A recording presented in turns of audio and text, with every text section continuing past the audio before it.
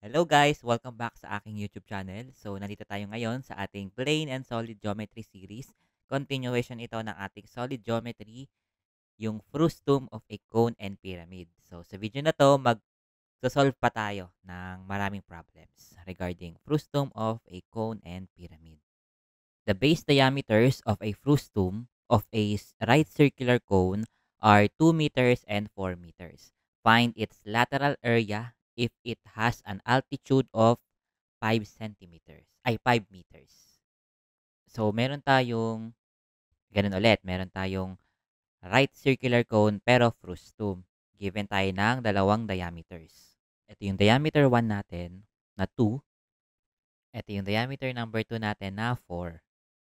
So, ano yung lateral area daw? So, di ba meron na tayong formula ng lateral area from our previous video, yung C1 and C2, madali lang yan makuha kasi may formula yan, di ba, na 2 pi r or the circumference of a circle.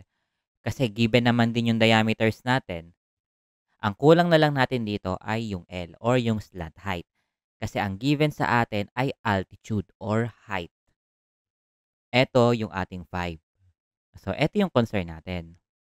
Yung side na yan. So, paano natin yan makukuha? So, ganito yung ginagawa dyan. So, i-move ko to, tong altitude. So, makaka-form ka dyan ng right triangle. Kasi yung altitude, palagi yung perpendicular sa ating dalawang bases. So, makaka-form siya ng 90 degree. So, ito yung ating slant height. Ito na lang yung kulang natin. Tapos, gagamitan natin ito ng Pythagorean theorem. Kasi right triangle. So, sa Pythagorean theorem, pag meron kang right triangle, ito yung C, ito yung A, ito yung B. Para makuha mo yung value ni C, or yung hypotenuse, or yung katapat ng 90 degree angle, i-add mo lang yung squares ng dalawang remaining side. So, dito, okay ka na sa isa, pero kulang ka ng x. So, tanggalin muna natin tong 5. Di ba alam natin na ito ay 2, di ba? 2 ang diameter niyan. Tapos ito ay 4. So, mag-drawing tayo ngayon ng line dito. Straight line. Di ba yung na-form natin na triangle kanina? Yan yung kulang. Kung mapapansin nyo, yung 2, parang pinroject mo lang siya dito sa baba.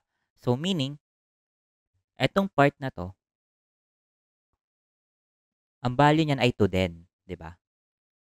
Tapos, etong kabuuan, yan kasi yung given, di ba, na 4. So, dahil right circular cone naman yan, meaning yung 2 dyan, gitnang-gitna yan. So, dapat equal tong dalawang magkabilang dulo. So, ano yung bumubuo kay 4? Or yung bumubuo sa isang line na to? Di ba, meron kang isang 2 at meron kang dalawang x. Or, pwede natin siyang isulat as 4 is equal to 2 plus 2x. So, dito, from this equation, makukuha natin yung value ni x. So, gamitin natin ang algebra. So, 4 minus 2 is equal to 2x. Divide natin both sides by 2. Cancel lahat. Then, makuha natin si x na 1. So, meaning, tig 1 ito. Or kahit i-mental nyo na lang guys, no? Hindi man natin kailangang bumuo na equation. So, tig 1 na yan. Para maging 4, di ba? Kulang ka ng dalawang tig 1. So, kung babalikan natin yung figure kanina, ibig sabihin, 1 pala ang value nito. Yung kulang natin na slant height, makukuha na natin. Kasi, kompleto na yung ating right triangle. Yung L natin ay yung C, di ba? So, palitan natin to ng L. Tapos, ito naman, ito yung 5. So, palitan natin to ng 5. Ito ay 1.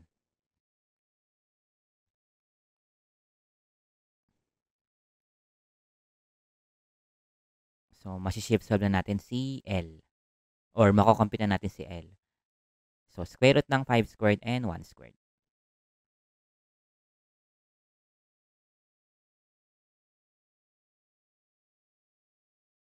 Square root of 26. So, nakuha na natin si L. Which is yung nag-iisang kulang natin sa ating lateral area. So, kunin na natin ngayon yung, ito, ano na to, di ba? Square root of 26. So, kunin na natin ngayon yung C1 and C2. So, diameter yung given. So, divide natin ng 2, di ba? Kasi R1 is equal to the diameter over 2. So, magiging 1 ito. So, kay dito naman, ganun din. R2 lang gagamitin natin. So, 2 pi times 2 or 4 pi. So, kumpleto na ng given, i-substitute na lang natin lahat sa formula ng lateral area. So, 2 pi plus 4 pi.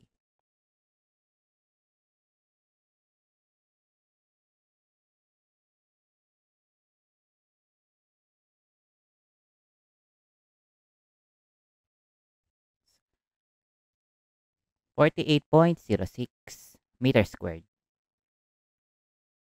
So, letter C. So, next problem tayo. A frustum of a pyramid has square ends. So, yung square may sides na 9 and 5 cm. So, drawing muna natin. So, square daw yung ating frustum. So, yung taas, ito yung 5. Isang side, 5 daw eh. Tapos, sa baba, 9. Kumpitin daw natin yung surface area ng frustum. So, total surface area, ang formula niya, lateral area plus area ng bases. Okay, base 1 and base 2, area ng square naman natin ay s squared lang, di ba? So, dito kay base 1, kung ito yung base 1 natin, square lang natin yan. Plus dito naman 9 squared. Yung crucial lang dito ay yung ating lateral area. So, yung formula ng lateral area natin, ito siya, 1/2. Perimeter 1 plus perimeter 2 times slant height. So, asan yung slant height? Ito yon. Hindi siya lateral edge. Slant height siya. So, yung parang height siya ng every trapezoid na lateral faces. So, yung perimeters 1 and 2, madali lang siya. Kasi perimeter lang din yan ng square eh. Di ba ang formula ng perimeter ng square ay 4s. So, 4 times s lang dito. So, ano ba yung perimeter 1 natin? Yung side 1, which is 5. Tapos, yung pangalawa naman ay 9. So, isa na lang yung kulang natin. Kasi lahat given na. Kulang na lang tayo ng L. Meron pang ibang given sa problem, which is the perpendicular distance between its ends. So, ano yung ends na yon? Yun yung bases. So, ito other view siya. Actually, medyo mali drawing ko na black. Dapat kasi right eh. Medyo nakatabingi kasi, medyo naka-oblique, di ba? So, dapat right siya. Dapat directly above or tapat lang yung gitna ng dalawang squares. So, ito yung kulang natin sa problem, yung slant height. So, yung given sa atin ay yung altitude or yung height natin. So, asan yan? Ito yon. So, other view lang tong kulay blue. So, saan tayo makaka-extract ng data? Kung saan makakakuha tayo ng slant height. So, itong altitude, pwede natin siyang i-move dito. Hindi yan magbabago. Makaka-form ka ulit ng triangle. Ganyan. Pero yung na-form mo na right triangle, yung makukuha mo dyang date ay eto, which is the lateral edge. Yung ko kanina, magkaiba yung lateral edge sa slant height. Yung concern natin, si slant height, which is nandito. So, dapat, doon mo i-move yung altitude. Saan mo dapat siya i-move para doon sa mapo-form mo na right triangle. Lagi ang right triangle guys kasi palagi siyang perpendicular yung altitude sa base natin. So, yung mapo-form mo na right triangle, makukuha mo si slant height or si L. So, i-drawing ko siya dito. Medyo tabingi kasi itong black eh. Kaya hindi siya masyadong ma-appreciate guys. Pero ito siya. Ito yung altitude. Ayan. Ito yung slant height natin. Ito yung given na 8. Ito yung slant height. Ito na lang yung kulang natin. So, gawin natin, i-project natin tong upper na to, upper base, dito sa ilalim. Pag pinroject mo yan dyan, di ba ang kada side nito ay 5? Sa baba naman, yung kada side niya ay 9. So, ito, pwede ko sabihin na ito ay 5. Kasi kapantay niya lang tong nasa taas niya. Nasa ilalim na to guys, nilipat ko na sa ilalim yung green na square. Tapos ito ay x, kung 5 yun, tapos ito ay x. Pag nag-drawing ka ng isa pang line dito, dapat yung value niya ay x din. Kasi ano 'to, right prism siya. So, directly above nitong base na 'to, directly above nitong lower base, yung upper base natin. So, 'pag pinroject mo nga yung 5 na square, yung square na may 5 na sukat ng edges, gitnang-gitna yun. So, gitnang-gitna yung 5. So, yung magkabilang dulo niya dapat equal na tig-x. So, meron tayong dalawang x at saka isang 5 na bumubuo sa isang straight line na ito. And ano ba ang value nitong straight line na yan? 'Di ba yan ay 9? Kasi kapantay niya lang yan dyan eh. 9 din yan. So, meaning, makaka-form tayo ng equation na yung bumubuo sa 9 ay isang 5 at dalawang x. So, pwede natin itong i-simplify. 5 plus 2x. So, pwede nating ilipat yung 5 sa kabila. Kung mababalikan nyo guys yung nakaraang problems natin, may ganitong similar approach doon. So, ayan. So, makocompute na natin si x. So, x is equal to 2. So, balik tayo sa triangle na na-form. Ito yung x which is 2. Ito yung height which is yung 8. At ito yung slant height which is yung L. So, again, Pythagorean theorem siya kasi right triangle ito. The hypotenuse squared is equal to the sum of the squares of the two remaining sides. So, yan yung ating Pythagorean theorem. So, yung C natin, yung longest side, yung katapat ni 90, dapat yung L. Ay, sorry. Wala dapat squared. Dapat hindi kasama yung square. So, ito L yan. So, palta ko ito ng L. Ito ay 2. Ito naman ay 8. So, isolve natin yung value ni L.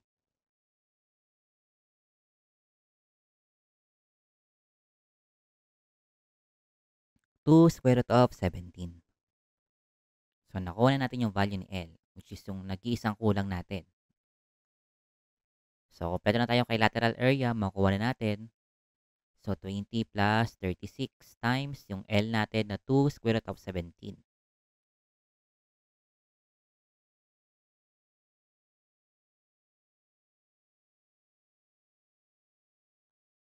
(56 square root of 17). So, dahil ang kinokopit ay total surface area and nakuha na natin yung lateral area, makukuha na natin yung total dito sa formula na to. So, nakompute natin to, 56 square root of 17.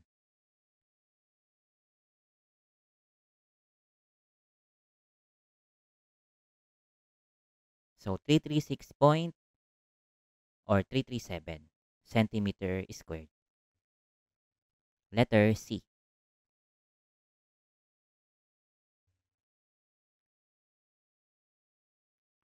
So, an artificial lake 5 meters deep is to be dug in the form of a frustum of an inverted regular pyramid. The level bottom is 8 by 80. So, ito yung level ng bottom. 8 by 80 siya. Tapos, yung nasa taas naman daw, 10 by 100.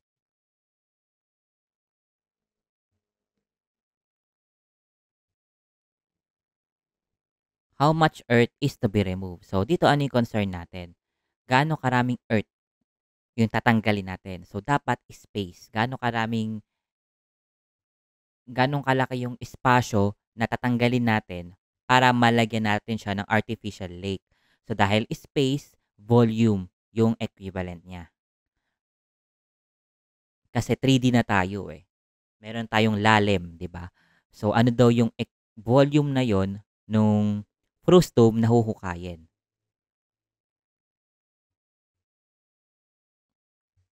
So, meron pang binigay na lalim. So, 5 meters deep. So, ito yan. So, altitude yan, di ba? Or height ng ating frustum. Kasi distansya from base 1 to base 2, yun yung height eh. So, yan yung 5. So, hanapin natin yung volume and meron na tayong formula doon. So, ayan na siya, yung formula. So, ano ba yung base 1? So, area nung base number 1 So, ano yung area niyan? 'Di ba rectangle 'yan, so length times width lang siya. So, pag multiply lang natin 100 saka 10, so ayan yung ating area ng base 1. So, sa base 2 naman, same approach, mag-iiba lang yung dimensions, 8 times 80.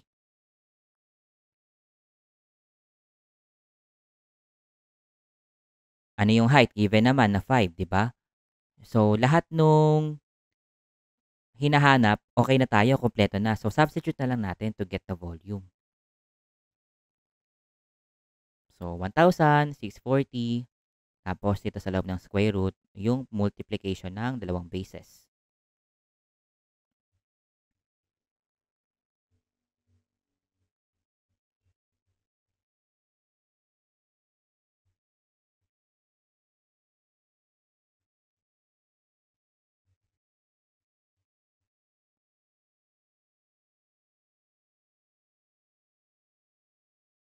So, 4,666.67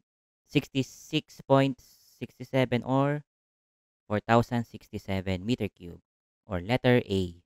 So, ayun. So, yun yung ating frustum. So, sa next video guys, puproceed na tayo sa ibang 3D shape natin. So, sana marami kayo natutunan. Don't forget to like and subscribe and mag-comment ng mga topics na gusto nyong i-discuss ko sa future videos. So, yun lang guys. See you on the next video.